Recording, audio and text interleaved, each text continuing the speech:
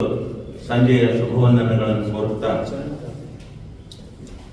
ಇಂದು ನಾವೆಲ್ಲ ಇಲ್ಲಿ ಸೇರಿರುವುದು ಮುಖ್ಯವಾಗಿ ಧಾರವಾಡ ಕಟ್ಟೆ ಮಾಡುವಂತಹ ಕೆಲಸಗಳು ಮತ್ತು ನಿರಂತರವಾಗಿ ಮುಂದುವರಿಸಿಕೊಂಡು ಹೋಗುವಂತಹ ಕೆಲಸಗಳು. ಧಾರವಾಡ ಕಟ್ಟೆ ಆದಿಕವಿ ಮಹರ್ಷಿ ಶ್ರೀ ವಾಲ್ಮೀಕಿ ವಿಶ್ವವಿದ್ಯಾಲಯ ರಾಯಚೂರು, CVP ಪಬ್ಲಿಕೇಶನ್ ಬೆಂಗಳೂರು, ಈ ಮೂರು ಸಂಸ್ಥೆಗಳ ಆಶ್ರಯದಲ್ಲಿ ಇಂದು ನಾವೆಲ್ಲರೂ ಇಲ್ಲಿ ಸೇರಿರುವಂತಹದ್ದು ಶೇಕ್ಸ್ಪಿಯರ್ ನಾಟಕಗಳ ಉಪನ್ಯಾಸ ಮಾಲಿಕೆಯ ಒಂದು ಉದ್ಘಾಟನಾ ಸಮಾರಂಭ. ಈ ಉದ್ಘಾಟನಾ ಸಮಾರಂಭದಲ್ಲಿ ಉದ್ಘಾಟನೆಯನ್ನು ಮಾಡಲು ಆಗಮಿಸಿರ್ತಕ್ಕಂಥವರು ನನ್ನ ಮಿತ್ರರಾಗಿರ್ತಕ್ಕಂಥ, ಈಗ ಆದಿಕವಿ ಮಹರ್ಷಿ ವಾಲ್ಮೀಕಿ ವಿಶ್ವವಿದ್ಯಾಲಯ ರಾಯಚೂರು ಇದರ ಕುಲಪತಿಗಳಾಗಿರ್ತಕ್ಕಂಥ ಪ್ರೊಫೆಸರ್ ಶಿವಾನಂದ ಕೆಳಗಿಮನಿಯವರೇ. ಅವರು ಈಗ ತಾನೇ ಉದ್ಘಾಟನೆಯನ್ನು ಮಾಡಿದ್ದಾರೆ ಮತ್ತು ಶೇಕ್ಸ್ಪಿಯರ್ ಬಗೆಗೆ ಬಹಳ ವಿಶಿಷ್ಟವಾಗಿರ್ತಕ್ಕಂಥ ರೀತಿಯಲ್ಲಿ ಶೇಕ್ಸ್ಪಿಯರ್ನ ಏನು ಯಾವ ಕಾಲದಿಂದ ಅಂದ್ರೆ 16ನೇ ಶತಮಾನ ಅಂದ್ರೆ 1754 ಮತ್ತು 56ರ ಒಂದು ಸಂದರ್ಭದಲ್ಲಿ ಇರುವಂತಹ ಆ ಕವಿಯನ್ನು ಕುರಿತು ಕನ್ನಡಿಗರು ಯಾವ ರೀತಿಯಾಗಿರ್ತಕ್ಕಂತಹ ಹಿನ್ನೆಲೆಯಲ್ಲಿ ಆ ಎಲ್ಲ ನಾಟಕಗಳನ್ನು ಕಟ್ಟಿಕೊಟ್ಟಿದ್ದಾರೆ ಅಂದ್ರೆ ನಮ್ಮ ಹೊಸಗನ್ನಡದ ಕವಿಗಳು ಅನ್ನುವಂಥ ವಿಚಾರವನ್ನು ಹೇಳಿದೆ. ಅಂಥ ವಿದ್ವಾಂಸರಾದ ಶಿವಾನಂದ ಕೆಳಗಿಮನಿಯವರೇ, ಹಾಗೆಯೇ ಈ ಸಮಾರಂಭದ ಮುಖ್ಯ ಅತಿಥಿಗಳಾಗಿ ಆಗಮಿಸಿರ್ತಕ್ಕಂಥವರು ಬಾಗಲಕೋಟೆಯ ಬಸವೇಶ್ವರ ಒಂದು ಸಂಸ್ಥೆಯ BVB ಸಂಸ್ಥೆಯ ಆಡಳಿತಾಧಿಕಾರಿಗಳಾಗಿರ್ತಕ್ಕಂಥ ನಿವೃತ್ತ ಪ್ರಾಚಾರ್ಯರಾದ ಡಾಕ್ಟರ್ ವಿಜಯಕುಮಾರ್ ಕಟ್ಟಿಹಳ್ಳಿ ಭಟ್ರವರೇ, ವಿಶೇಷ ಉಪನ್ಯಾಸ ನೀಡಲು ಆಗಮಿಸಿರ್ತಕ್ಕಂಥ ಡಾಕ್ಟರ್ RG ಹೆಗ್ಡೆಯವರೇ, ಅವರು ಶೇಕ್ಸ್ಪಿಯರ್ನ ನಾಟಕಗಳ ಕುರಿತು ಈ ಹೊತ್ತಿನ ಒಂದು ಓದು ಅನ್ನುವಂಥ ವಿಚಾರವನ್ನು ಅವರು ಮಾತನಾಡಲಿದ್ದಾರೆ.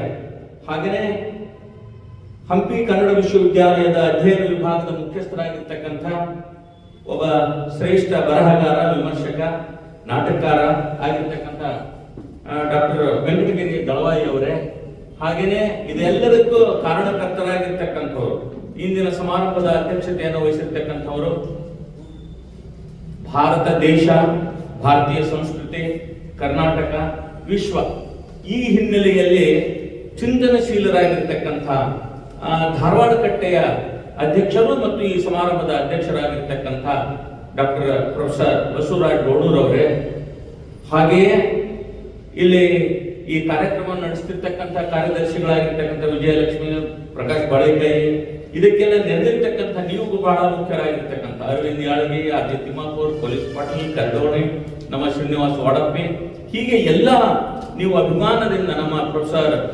ಪ್ರಾಚಾರ್ಯ BV ಶಿರೋಳ್ ಅವರು ಮತ್ತು ಅಂದಯ್ಯ ಅವರೇ, ಇನ್ನುಳಿದಿರ್ತಕ್ಕಂಥ ಎಲ್ಲ ಅಭಿಮಾನಿಗಳಾಗಿರ್ತಕ್ಕಂಥವರು ಈ ದಿನ ಇಲ್ಲಿ ಬಂದು ಈ ಒಂದು ನಮಗೆ ಮುಖ್ಯವಾಗಿರುವಂತಹದ್ದು ಏನಿದೆ ಅಂದ್ರೆ ಶೇಕ್ಸ್ಪಿಯರ್ನ ಈ ನಾಟಕಗಳ ಉಪನ್ಯಾಸ ಮಾಲಿಕೆಯನ್ನ ನಿರಂತರವಾಗಿ ನಡೆಸಿಕೊಂಡು ಹೋಗ್ಬೇಕು. ಈಗಾಗಲೇ ಧಾರವಾಡ ಕಟ್ಟೆ ಏನ್ ಮಾಡಿದೆ ಅಂತ ಹೇಳಿದ್ರೆ 4 ವರ್ಷಗಳ ಕಾಲ 310ಕ್ಕೂ ಹೆಚ್ಚು ಈ ಒಂದು ಇಡೀ ಬೇಂದ್ರೆ, ಕುವೆಂಪು, ಹೀಗೆ ಎಲ್ಲ ಕವಿಗಳನ್ನು ಮತ್ತು ಶೇಕ್ಸ್ಪಿಯರ್, ಮಿಲ್ಟನ್, ದೊಡ್ಡ ದೊಡ್ಡ ಏನು ವಿಶ್ವ ಸಾಹಿತ್ಯದಲ್ಲಿ ಬರವಣಿಗೆಯನ್ನು ಮಾಡಿರ್ತಕ್ಕಂಥ ಸಾಹಿತಿಗಳನ್ನು ಕುರಿತು ಈ ಕಟ್ಟೆ ನಿರಂತರವಾಗಿ ಪ್ರತಿ ವಾರ ಶನಿವಾರ ಮತ್ತು ಗುರುವಾರ 2 ದಿವಸ ನಡೆಸಿಕೊಂಡು ಬಂದಿರತಕ್ಕಂಥದ್ದು ಬಹಳ ಅದ್ಭುತವಾಗಿರುತ್ತೆ. ಮತ್ತೆ ಬಹಳ ಜನ ಇದಕ್ಕೆ ಅವರದೇ ಆಗಿರ್ತಕ್ಕಂಥ ಅಭಿಮಾನಿಗಳು ಕೂಡ ಇದ್ದಾರೆ. ಇಲ್ಲಿ ಈ ಮುಖ್ಯವಾಗಿರ್ತಕ್ಕಂಥದ್ದು ಏನಿದೆ ಅಂದ್ರೆ ಶೇಕ್ಸ್ಪಿಯರ್ ಬಗ್ಗೆ ಇಲ್ಲಿವರೆಗೆ ನಮ್ಮ ಕೆಳಗಿಮನಿಯವರು ಬಹಳ ಅದ್ಭುತವಾಗಿರ್ತಕ್ಕಂಥ ದೃಷ್ಟಿಯಲ್ಲಿ ಮಾತಾಡಿದರು. ಶೇಕ್ಸ್ಪಿಯರ್ನ ನಾಟಕಗಳು ಏನಿದಾವಲ್ಲ, ಶೇಕ್ಸ್ಪಿಯರ್ ನಾಟಕಗಳಲ್ಲಿ ಮುಖ್ಯವಾಗಿ ನಾವು ಕಾಣಬೇಕಾಗಿರ್ತಕ್ಕಂಥದ್ದು ಏನಿದೆ ಅಂದ್ರೆ ಇಲ್ಲಿ ನಾವು ನೋಡುವುದು ಅವರ ನಾಟಕಗಳ ಮೂಲಕ ಮಾನವ ಸ್ವಭಾವದ ಒಂದು ಸೂಕ್ಷ್ಮತೆ ಮತ್ತು ನೈತಿಕ ದ್ವಂದ್ವ, ರಾಜಕೀಯ ಸಂಚುಗಳು, ಪ್ರೇಮ ಮತ್ತು ವಿಕೃತಿಗಳನ್ನು ಕಲಾತ್ಮಕವಾಗಿ ಅನಾವರಣಗೊಳಿಸುತ್ತಿವೆ. ಇಂದಿನ ಈ ಜಗತ್ತಿನಲ್ಲಿ ಮುಖ್ಯವಾಗಿ ನಾವು ಕಾಣತಕ್ಕಂಥದ್ದು ಏನಿದೆ ಅಂದ್ರೆ ಅಧಿಕಾರದ ದುರುಪಯೋಗ. ಈ ನಾಟಕಗಳಲ್ಲಿ ಎಲ್ಲ ಈ ಥೀಮನ್ನು ಇಟ್ಕೊಂಡೇ ಇರ್ತಕ್ಕಂಥ ನಾಟಕಗಳು. ಯಾಕೆ 500-600 ವರ್ಷಗಳ ಕಳೆದರೂ ಕೂಡ ಶೇಕ್ಸ್ಪಿಯರ್ ಪ್ರಸ್ತುತ ಆಗಿದ್ದಾನೆ ಅನ್ನೋದಕ್ಕೆ ಇವತ್ತಿಗೂ ಇಂಗ್ಲೆಂಡ್ನಲ್ಲಿ ಹಲವಾರು ಥಿಯೇಟರ್ಗಳು ಇದ್ದರೂ ಕೂಡ ಶೇಕ್ಸ್ಪಿಯರ್ ಥಿಯೇಟರ್ನಲ್ಲಿ ಅದು ಯಾವತ್ತೂ ಜಂಗುಳಿಯಿಂದ ತುಂಬಿರ್ತಕ್ಕಂಥದ್ದನ್ನ ನಾವು ಕಾಣಬಹುದು ಅನ್ನೋದು. ನಾನು ಇಂಗ್ಲೆಂಡ್ ಹೋಗಿ ಶೇಕ್ಸ್ಪಿಯರ್ ಥಿಯೇಟರ್ಗೆ ಹೋಗಿ ನೋಡಿದ ಮೊನ್ನೆ ಬಸವರಾಜ್ ಹೋದಾಗ ಹೇಳಿದೆ, ಎಲ್ಲವೂ ಖಾಲಿ ಹೊಡಿತಾ ಇದ್ರೆ ಅವರ ಶೇಕ್ಸ್ಪಿಯರ್ನ ಥಿಯೇಟರ್ ಏನಿದೆ ಜನಜುಂಗುಳಿಯಿಂದ ತುಂಬಿರ್ತದೆ ಅನ್ನುವಂಥ ವಿಚಾರವನ್ನು ಹೇಳಿದರು. ಅಂದ್ರೆ ಪ್ರಸ್ತುತತೆ ಅನ್ನೋದು ಏನಿದೆ ಅನ್ನುವಂಥದ್ದು, ಅಂದ್ರೆ ಒಬ್ಬ ಕವಿ ಶಾಶ್ವತವಾಗಿ ಈ ನಾಡಿನಲ್ಲಿ ಜನರ ನಾಲಿಗೆಯ ಮೇಲೆ ಮನದಲ್ಲಿ ಉಳಿಬೇಕಾದ್ರೆ ಅವರ ವಿಚಾರಧಾರೆಗಳು ಏನಿದಾವೆ ಆ ವಿಚಾರಧಾರೆಗಳು ಇವತ್ತಿಗೂ ನಾವು ಪ್ರಸ್ತುತವಾದಾಗ ಆ ಕವಿ, ಈಗ ನಾವು ಬೇಂದ್ರೆ ಅವರನ್ನ ನೋಡ್ತೀವಿ. ಬೇಂದ್ರೆಗೆಂದು ಸಾವ ಇಲ್ಲ ಅಂತ ನಾನು ಹೇಳಿದೆ. ಯಾಕಂತ ಹೇಳಿದ್ರೆ ಮೊನ್ನೆ ಕಳೆದ ತಿಂಗಳಲ್ಲಿ ನಾವು ಬೇಂದ್ರೆ 4 ತಂತಿ ಕುರಿತು ಮಾತನಾಡಿರ್ತಕ್ಕಂಥ ಜಿ ವಿ ಹರೀಶ್ ಅವರು ಹೇಳಿದ್ರು. ಎಷ್ಟು ಅದ್ಭುತವಾಗಿ ಹೇಳಿದ್ರು ಅಂತ ಹೇಳಿದ್ರೆ, ಎಲ್ಲಾ ವಿಶ್ವದ ಕವಿಗಳನ್ನ ನಿಲ್ಲಿಸಿ ಬೇಂದ್ರೆ ಅವರ ಕಾವ್ಯವನ್ನ ಕುರಿತು ಹೇಳಬೇಕಾದಾಗ ಎಲ್ಲಕ್ಕಿಂತ ಉಚ್ಚ ಸ್ಥಾನದಲ್ಲಿ ಬೇಂದ್ರೆ ಇರ್ತಾರೆ ಅನ್ನುವಂತಹ ಮಾತನ್ನು ನಾವು ಹೇಳಿದ್ವಿ. ಯಾಕೆ ಅಂತ ಹೇಳಿದ್ರೆ, ಬೇಂದ್ರೆ ಒಂದು ನೆಲಮೂಲದ ಸಂಸ್ಕೃತಿಯನ್ನು ಹಿಡಿದುಕೊಂಡು ಅವರು ಏನ್ ಮಾಡಿದ್ದಾರೆ ಅಂದ್ರೆ ಸಾಮಾನ್ಯನ ವಿಚಾರಗಳನ್ನ, ಅಂದ್ರೆ ಭಾರತೀಯ ತತ್ವ ದರ್ಶನ ಶಾಸ್ತ್ರಗಳನ್ನು ಇಟ್ಟುಕೊಂಡು ಬಹಳ ಅದ್ಭುತವಾಗಿರ್ತಕ್ಕಂಥ, ಯಾಕಂದ್ರೆ ಸಾಮಾನ್ಯರು ಕೂಡ ಬೇಂದ್ರೆ ಎಷ್ಟು ಪ್ರಸ್ತುತನಾಗಿದ್ದಾನೆ ಅನ್ನೋದಕ್ಕೆ ದನ ಕಾಯ ಹುಡುಗರು ಬೇಂದ್ರೆ ಅವರ ಹಾಡನ್ನ ಎಮ್ಮಿ ಮೇಲೆ ಕುತ್ಕೊಂಡು ಹಾಡ್ಕೊಂಡು ಹೋಗುವಂತದ್ದನ್ನ ನಾವು ಕಾಣ್ತೀವಿ. ಆದ್ರೆ ಇವತ್ತು ಎಮ್ಮಿ ಕಾಯುವಂತ ದನ ಕಾಯುವಂತ ಹುಡುಗರು ಬಹಳ ಕಡಿಮೆ ಆಗಿರ್ಬೋದು. ಆದ್ರೆ ಆ ಸಂದರ್ಭ ಸನ್ನಿವೇಶ ಏನಿದೆ ಅಂದ್ರೆ, ಪ್ರತಿ ವರ್ಷ ಅಂದ್ರೆ ಯುಗಾದಿ ಬರಲಿ ಶ್ರಾವಣ ಬರಲಿ, ಭಾರತೀಯ ಪ್ರಮುಖವಾಗಿರ್ತಕ್ಕಂಥ ಹಬ್ಬಗಳು ನಮ್ಮ ಏನಿದಾವೆ ಶ್ರಾವಣ ಮತ್ತು ಯುಗಾದಿ, ಈ 2 ಹಬ್ಬಗಳಲ್ಲಿ ಬೇಂದ್ರೆಯನ್ನ ಸ್ಮರಿಸಿಕೊಳ್ಳದೆ ಇರತಕ್ಕಂಥ ವ್ಯಕ್ತಿಗಳೇ ಇಲ್ಲವೇನೋ ಅನ್ನುವಂಥದ್ದನ್ನ ಈ 2 ಸಂದರ್ಭಗಳಿಂದ, ಯುಗಾದಿ ಹೊಸ ವರ್ಷ ಮತ್ತು ಶ್ರಾವಣ, ಈ 2 ಅವಧಿಗಳಲ್ಲಿ ಅವರು ಏನಿರ್ತಾರೆ ಅಂದ್ರೆ, ಎಲ್ಲಿವರೆಗೆ ಈ ಮನುಕುಲದಲ್ಲಿ ಆ ಹಬ್ಬಗಳ ಆಚರಣೆ ಮಾಡ್ತಾರ ಅಲ್ಲಿವರೆಗೂ ಬೇಂದ್ರೆ ಶಾಶ್ವತವಾಗಿರ್ತಾರೆ. ಅಂದ್ರೆ ಇದು ಎಷ್ಟು ಒಬ್ಬ ಕವಿ ಜನರ ನಾಲಿಗೆಯ ಮೇಲೆ ಇರಬೇಕಾದ್ರೆ ಹೇಗಿರ್ತದೆ ಅಂದ್ರೆ, ಅವರ ವೈಚಾರಿಕ ಪ್ರಜ್ಞೆ ಅನ್ನುವಂಥದ್ದು, ವಿಚಾರಶೀಲತೆ ಅನ್ನುವಂಥದ್ದು ಇದು ಬಹಳ ಮುಖ್ಯವಾಗಿರ್ತದೆ. ಆ ಹಿನ್ನೆಲೆಯಲ್ಲಿ ಶೇಕ್ಸ್ಪಿಯರ್ ಏನಿದ್ದಾರೆ ಅಂತ ಹೇಳಿದ್ರೆ, ಇವತ್ತಿನ ಜಗತ್ತಿನಲ್ಲಿ ನಾವು ನೋಡ್ತೀವಿ ಅಧಿಕಾರದ ದುರುಪಯೋಗ. ನಮ್ಮಲ್ಲಿ ಇರ್ತಕ್ಕಂಥದ್ದು ಏನಿದೆ ಅಂದ್ರೆ ಅತ್ಯಾಚಾರ, ಅನಾಚಾರ ಮತ್ತು ಅಧಿಕಾರದ ದುರುಪಯೋಗ, ಜಾತಿ, ಲಿಂಗ, ವೈಯಕ್ತಿಕ ಸ್ವಾತಂತ್ರ್ಯದ ಹೆಸರಿನಲ್ಲಿ ಅರಾಜಕತೆಯನ್ನು ಸ್ಥಾಪಿಸಿರುವಂತಹದ್ದನ್ನು ನಾವು ಕಾಣ್ತೀವಿ. ತಮ್ಮ ಹಿತಾಸಕ್ತಿಗಾಗಿ ಏನೆಲ್ಲ ಮಾಡ್ತಾರೆ ಅನ್ನೋದಕ್ಕೆ ಇವತ್ತು ಬೇಕಾದಷ್ಟು ನಾವು ಪ್ರತಿನಿತ್ಯ ಅದನ್ನೇ ಕಾಣ್ತಾ ಇದ್ದೀವಿ. ಆ ವಿಚಾರಧಾರೆಗಳನ್ನು ಇಟ್ಟುಕೊಂಡು ಶೇಕ್ಸ್ಪಿಯರ್ ತನ್ನ ನಾಟಕಗಳಲ್ಲಿ ಹೇಳ್ಕೊಂಡು ಬಂದಿರೋದ್ರಿಂದ ಈ ಒಂದು ಹಿನ್ನೆಲೆಯಲ್ಲಿ ಶೇಕ್ಸ್ಪಿಯರ್ ಇನ್ನೂ ಎಷ್ಟೋ ವರ್ಷಗಳ ಕಾಲ ಕಳೆದರೂ ಕೂಡ ಪ್ರಸ್ತುತರಾಗಿರ್ತಾರೆ ಅನ್ನುವಂಥದ್ದನ್ನು ನಾವು ಮರೆಯುವ ಹಾಗಿಲ್ಲ. ಇಲ್ಲಿ ಮುಖ್ಯವಾಗಿ ನಾನು ಮಾತನಾಡಬೇಕಾಗಿರ್ತಕ್ಕಂಥದ್ದು ಏನಿದೆ ಅಂದ್ರೆ, ನಮ್ಮ ಆತ್ಮೀಯ ಮಿತ್ರರಾಗಿರ್ತಕ್ಕಂಥ ಪ್ರೊಫೆಸರ್ ಶಿವಾನಂದ ಕೆಳಗನಮನಿ ಅವರು ಕುಲಪತಿ ಆಗಿರೋದ್ರಿಂದ ನಾವು ಅವರನ್ನ ಗೌರವಿಸಬೇಕು ಅನ್ನುವಂತಹ ಒಂದು ಹಿನ್ನೆಲೆಯಲ್ಲಿ ಕೂಡ ಈ ಕಾರ್ಯಕ್ರಮವನ್ನು ನಾವು ಏನ್ ಮಾಡ್ಕೊಂಡಿದ್ದೀವಿ ಅಂತಂದ್ರೆ, ಬೇಂದ್ರೆ ಒಂದು ಭವನದಲ್ಲಿನೇ ಮಾಡೋಣ ಅಂತ ಹೇಳಿ ನಮ್ಮ ಇಂದಿನ ಅಧ್ಯಕ್ಷರು ಹೇಳಿರೋದ್ರಿಂದ ಶಿವಾನಂದ ಕೆಳಗನಮನಿ ಅವರು, ನಾವು ಧಾರವಾಡದಲ್ಲಿ ಕರ್ನಾಟಕ ಕಾಲೇಜಿನಲ್ಲಿ ಕೆಳಗನಮನಿಯವರು ಕನ್ನಡ ಪ್ರಾಧ್ಯಾಪಕರಾಗಿ ಕೆಲಸ ಮಾಡ್ತಾ ಇದ್ರು.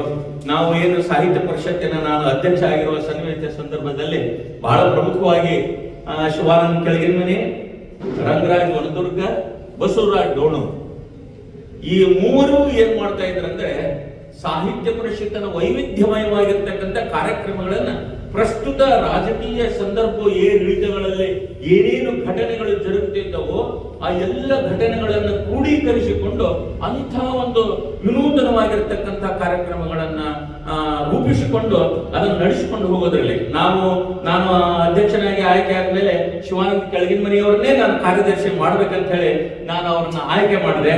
ಅವ್ರು ಹೇಳಿದ್ರು, ಗುರುಗಳೇ, ಯಾವತ್ತೂ ನನಗೆ ಮಾತನಾಡ್ಬೇಕಾದ್ರೆ ಗುರುಗಳೇ ಅನ್ಲಾರ್ದ ಎಂದೂ ಮಾತಾಡೋಕೆ ಸಾಧ್ಯನೇ ಇಲ್ಲ. ಇವತ್ತಿಗೂ ಗುರು ಹೇಳ್ರಿ ಗುರುಗಳೇ ಅನ್ನುವಂತ ಅಂದ್ರೆ ಅವ್ರಲ್ಲಿ ಇರ್ತಕ್ಕಂಥ ಪ್ರೀತಿ, ವಿಶ್ವಾಸ, ಸ್ನೇಹ ಅದು ಹೀಗೆ. ಯಾಕಂದ್ರೆ ಕೆಲವೊಂದು ಸಂದರ್ಭಗಳಲ್ಲಿ ಕುರ್ಚಿಗಳು ಏನ್ ಮಾಡ್ತಾವ ಅಂದ್ರೆ ವ್ಯಕ್ತಿಯ ಪರಿವರ್ತನೆ ಮಾಡ್ತಕ್ಕಂಥದ್ದು. ಆದರೆ ಅದಾಗುವುದಕ್ಕೂ ಅವರು ತಲೆಯಲ್ಲಿ ಇಟ್ಟುಕೊಳ್ಳಲಾರದೆ ಅಂದ್ರೆ ನಾನು ಅನ್ನುವಂಥದ್ದು. ಬೇಂದ್ರೆ ಅವರು ಹೇಳಲ್ಲ ನಾನು, ನೀನು, ಆನು, ತಾನು ಅನ್ನುವ 4 ತಂದೆ. ಅದರಲ್ಲಿ ಹಾಗೆ ನಾನು ಅನ್ನೋದು ಅಳಿಬೇಕು ಅನ್ನುವಂತ ಅವರು ಇದು ಏನು ಇರ್ತದ, ಒಂದು 3 ವರ್ಷ ಇರ್ತದ ಹೋಗ್ತದ, ಅದು ಮುಖ್ಯ ಅಲ್ಲ. ನಾವೆಲ್ಲ ಪ್ರೀತಿಯಿಂದ ಬದುಕಬೇಕಾಗಿರ್ತಕ್ಕಂಥದ್ದು ಬಹಳ ಮುಖ್ಯ ಗುರುಗಳೇ. ಅದಕ್ಕೆ ನಿಮ್ಮನ್ನ ನಾನು ಎಂದೂ ಮರೆಯೋದಕ್ಕೆ ಸಾಧ್ಯ ಇಲ್ಲ. ನಮಗೆ ಒಂದು ವೇದಿಕೆಯನ್ನ ಕೊಟ್ಟವರು, ನಮ್ಮನ್ನು ಬರೆಯೋದಕ್ಕೆ ಹಚ್ಚಿದವರು, ನೀವೇ ಅನ್ನುವಂಥ ಮಾತನ್ನ ನಾವು ಆಪ್ತವಾಗಿ ಒಳಗಡೆ ಕೂತ್ಕೊಂಡಾಗ ನನ್ನ ಒಂದು ಏಳಿಗೆಗೆ ನೀವು ಎಷ್ಟು ಪ್ರಯತ್ನ ಪಟ್ಟಿದ್ದೀರಿ, ನನ್ನನ್ನು ಕುವೆಂಪು ವಿಶ್ವವಿದ್ಯಾನಿಲಯಕ್ಕೆ ಅಲ್ಲಿ ನೇಮಕವಾಗಬೇಕಾದ್ರೆ ನಿಮ್ಮ ಪಾತ್ರ ಬಹಳ ದೊಡ್ಡದು. ನೀವು ಸ್ವತಃ ಬಂದು 8 ದಿವಸ ನನ್ನೊಡನೆ ಇದ್ದು ನಮ್ಮನ್ನ ಆಗುವಾಗ ಈ ಎಲ್ಲ ಹಿನ್ನೆಲೆ ಇರ್ತಾವ ಅವೆಲ್ಲ. ಆದರೆ ಅವರಲ್ಲಿ ಇರ್ತಕ್ಕಂಥ ಒಂದು ಪ್ರೀತಿ ವಿಶ್ವಾಸ ಇವತ್ತು ಕುಲಪತಿಗಳಾಗಿದ್ದಾರೆ. ಅವರನ್ನ ನಾವು ಬರಮಾಡಿಕೊಂಡು ಅವರನ್ನ ಗೌರವಿಸಬೇಕು ಅನ್ನುವಂಥದ್ದು ಬಹಳ ಮುಖ್ಯ. ಒಳ್ಳೆಯ ಬರಹಗಾರ, ಸುಮಾರು ಒಂದು 50ಕ್ಕೂ ಹೆಚ್ಚು ಸಂಶೋಧನಾ ಬರಹಗಳನ್ನು ಅವರು ಬರೆದಿದ್ದಾರೆ ಮತ್ತು ಸುಮಾರು ಒಂದು 20 ಸಂಪಾದನೆಗಳನ್ನ, ಬಹಳಷ್ಟು ಸಂಪಾದನೆಯನ್ನ, ಮಾದಾರ ಚೆನ್ನಯ್ಯನನ್ನ, ಕಾಳವೆಯನ್ನ, ಧೂಳಯ್ಯನನ್ನ, ಈಗ ಶರಣ ಸಾಹಿತ್ಯದಲ್ಲಿ ಬಂದಿರತಕ್ಕಂಥ, ಯಾಕಂದ್ರೆ ಅವರು ಬೆಳೆದುಕೊಂಡು ಬಂದಿರತಕ್ಕಂಥದ್ದೇ ಮಠದಲ್ಲಿ. ಸಾಣೆಹಳ್ಳಿ ಸ್ವಾಮಿಗಳು, ಸಾಣೆಹಳ್ಳಿ, ಯಾಕಂದ್ರೆ ಇವರು ಹಾವೇರಿ ಜಿಲ್ಲೆಯ ರಾಣೆಬೆನ್ನೂರು ತಾಲೂಕಿನ ಸುಣಕಲ್ ಬಿದಿರಿಯಲ್ಲೇ ಹುಟ್ಟಿರ್ತಕ್ಕಂಥವರು. ಮಠದ ಪರಂಪರೆಯಲ್ಲೇ, ವೀರಶೈವ ಪರಂಪರೆಯಲ್ಲೇ ಬೆಳೆದುಕೊಂಡು ಬಂದು ಆ ಒಂದು ಸಂಸ್ಕೃತಿಯನ್ನ ಅವರು ಉಳಿಸಿಕೊಂಡು ಬಂದಿದ್ದಾರಲ್ಲ, ಅದು ಬಹಳ ನಮಗೆ ಹೆಮ್ಮೆ ಅಂತ ಅನಿಸಿದೆ. ಇಂಥ ಒಬ್ಬ ಶ್ರೇಷ್ಠ ಬರಹಗಾರರಾಗಿರ್ತಕ್ಕಂಥವರು, ವಿದ್ವಾಂಸರಾಗಿರ್ತಕ್ಕಂಥವರು, ಆ ಒಂದು ಆದಿಕವಿ ಮುಖ್ಯವಾಗಿ ಇಲ್ಲಿ ಏನಿದೆ ಅಂತಂದ್ರೆ ಮಹರ್ಷಿ ವಾಲ್ಮೀಕಿ ವಿಶ್ವವಿದ್ಯಾಲಯಕ್ಕೆ ಕುಲಪತಿಗಳಾಗಿ ಬಂದಿರುವಂಥದ್ದು. ಯಾಕಂದ್ರೆ ನಮ್ಮ ಹೋಮ್ ಡಿಸ್ಟಿಕ್ ಅದು, ನಾನು ಧಾರವಾಡದಲ್ಲೇ ಇದ್ದಿರಬಹುದು, ಆದ್ರೆ ನಾನು ವಿದ್ಯಾರ್ಥಿ ಆಗಿರುವಂತಹ ಸನ್ನಿವೇಶ ಸಂದರ್ಭ ರಾಯಚೂರು ಜಿಲ್ಲೆ, ಈಗ ಅದು ಕೊಪ್ಪಳ ಜಿಲ್ಲೆ ಆಗಿದೆ. ಅಂಥ ಒಂದು ವಿಶ್ವವಿದ್ಯಾಲಯಕ್ಕೆ ಕುಲಪತಿಯಾಗಿ ಬಂದಿರೋದು ನಮಗೆಲ್ಲ ಹೆಮ್ಮೆ ಅಂತಂದಿದೆ. ನನಗಂತೂ ಬಹಳ ಖುಷಿಯಾಗಿದೆ. ಅವರನ್ನು ನಾವಿಲ್ಲಿ ಬರಮಾಡಿಕೊಡ್ಬೇಕು, ಇಂಥ ಒಂದು ಕೆಲಸವನ್ನು ಮಾಡಬೇಕು ಅನ್ನೋಂತ ಹೇಳಿ ಶಿವಾನಂದ ಕೆಳಗಿನ ಮನೆಯವರಿಗೆ ನಾವೆಲ್ಲರೂ ಕೂಡಿ ಆ ಕೆಲಸವನ್ನು ಮಾಡಿದ್ವಿ. ಅವರು ಬಂದರು, ಉದ್ಘಾಟನೆಯನ್ನು ಮಾಡಿದ್ರು, ಒಳ್ಳೆಯ ಮಾತುಗಳನ್ನು ಹೇಳಿದ್ದಾರೆ, ನಾವೆಲ್ಲರೂ ಆಸೆ ಬೇರೆ. ಇಷ್ಟು ವಿಚಾರಗಳನ್ನು ಹೇಳಿ ನಾನು ಮಾತಿಗೆ ವಿರಾಮ ಕೊಡ್ತೇನೆ. ಎಲ್ಲರಿಗೂ ಶರಣ.